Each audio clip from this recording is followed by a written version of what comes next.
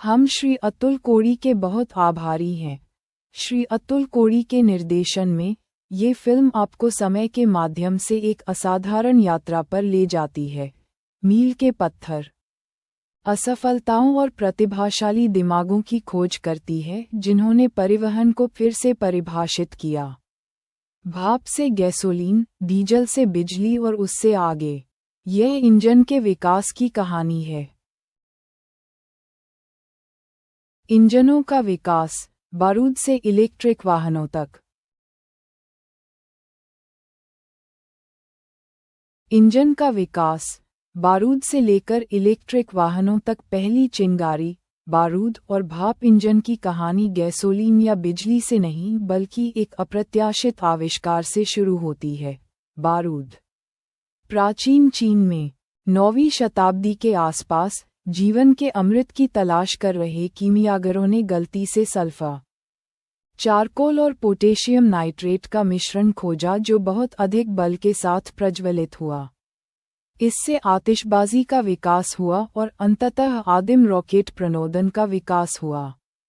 17वीं शताब्दी तक यूरोपीय आविष्कारकों ने बिजली के स्रोत के रूप में बारूद के साथ प्रयोग करना शुरू कर दिया।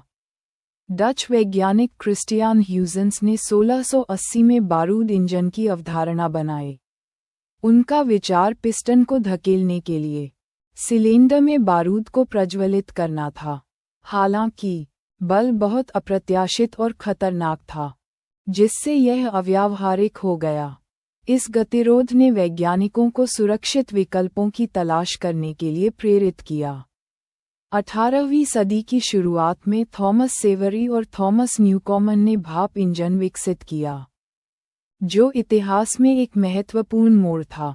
1769 तक जेम्स वॉट ने भाप की शक्ति में क्रांति ला दी, एक कुशल इंजन बनाया जो औद्योगिक क्रांति को आगे बढ़ाएगा। भाप से चलने वाले लोकोमोटिव, जहाज और यहां तक कि शुरुआती ऑटोमोबाइल भी जल्द ही इसके बाद आए।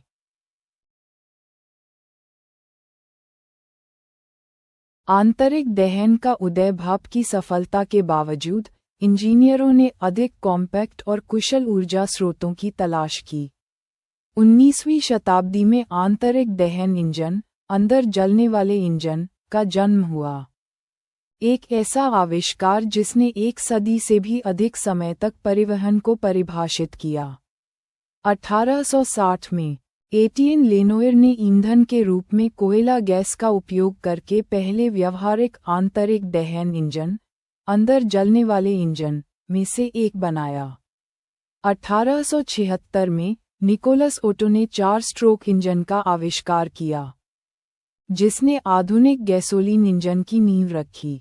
कार्ल बेंज ने 1885 में अगली छलांग लगाई, पहली पेट्रोल संचालित ऑटोमोबाइल बेंज पेटेंट मोटरवैगन का निर्माण किया।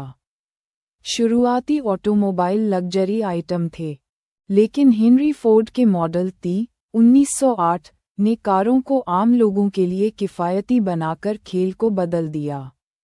आंतरिक दहन इंजन परिवहन की रीढ़ बन गए, मोटरसाइकिल से लेकर हवाई जहाज तक हर चीज को शक्ति प्रदान की। भूला हुआ इलेक्ट्रिक सपना। आश्चर्यजनक रूप से इलेक्ट्रिक वाहन ईवी कोई आधुनिक अवधारणा नहीं है। 1830 के दशक तक रॉबर्ट एंडरसन और थॉमस डेवनपोर्ट जैसे आविष्कारकों ने इलेक्ट्रिक पावर्ड कैरेज के साथ प्रयोग किया। 19वीं सदी के अंत तक ईवी गैसोलीन कारों के साथ प्रतिस्पर्धा कर रहे थे।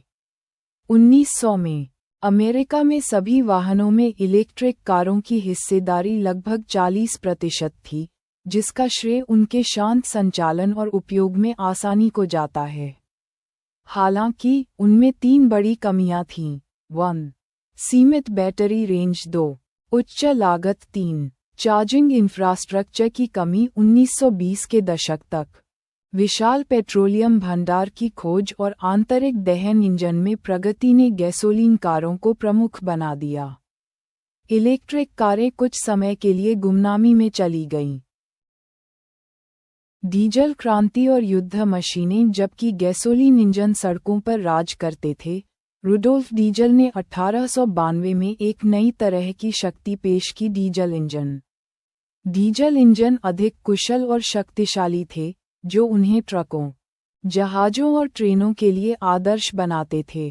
प्रथम विश्व युद्ध और द्वितीय विश्व युद्ध में इंजन प्रौद्योगिकी में भारी प्रगति हुई। युद्ध के प्रयासों ने विमान इंजन, टैंक और पनडुब्बियों में नवाचारों को बढ़ावा दिया। फ्रैंक विटल और हंस वॉन ओहेन द्वारा अग्रणी जेट इंजन ने विमानन को हमेशा के लिए बदल दिया। युद्ध के बाद के युग में इन तकनीकों का व्यावसायिक उपयोग हुआ, जिससे आधुनिक हवाई यात्रा और सैन्य वाहनों का उदय हुआ।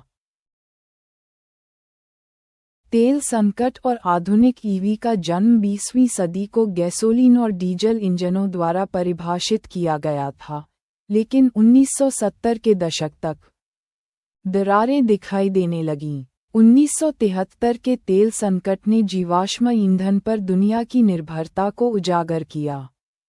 सरकारों और वाहन निर्माताओं ने वैकल्पिक ऊर्जा स्रोतों पर पुनर्विचार करना शुरू कर दिया।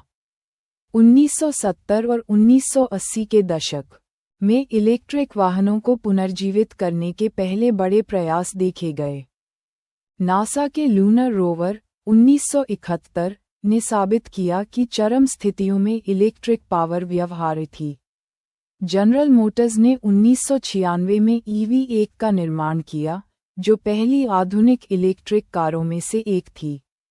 हालांकि बैटरी तकनीक अभी भी गैसोलीन के साथ प्रतिस्पर्धा करने के लिए पर्याप्त उन्नत नहीं थी।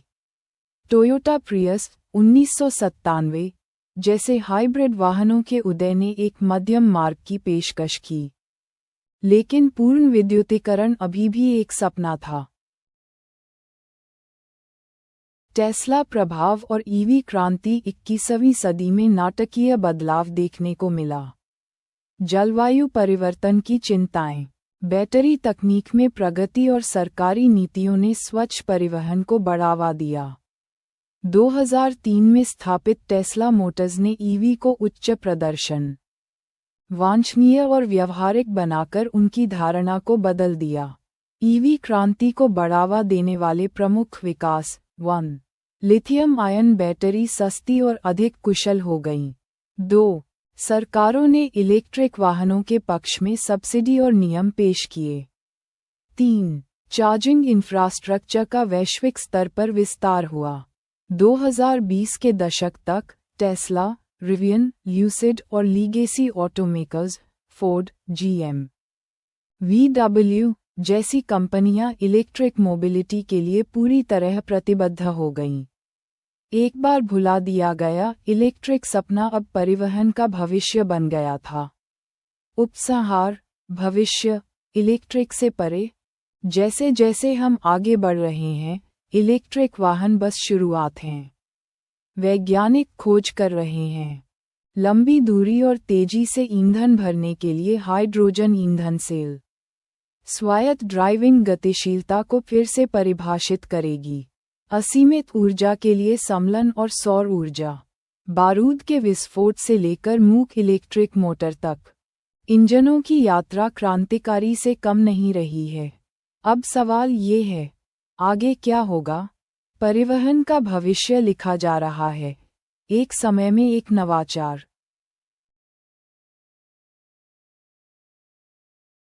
बारूद इंजन की विस्फोटक शुरुआत से लेकर इलेक्ट्रिक वाहनों की मूक क्रांति तक की इस अविश्वसनीय यात्रा में हमारे साथ शामिल होने के लिए आपका धन्यवाद।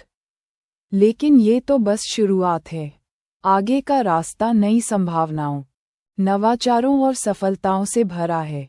हमारे साथ बने रहें क्योंकि हम गतिशीलता के भविष्य की खोज जारी रखते हैं। हमें उम्मीद है कि आपको ये यात्रा पसंद आई होगी और हम साथ मिलकर अगले अध्याय की प्रतीक्षा कर रहे हैं।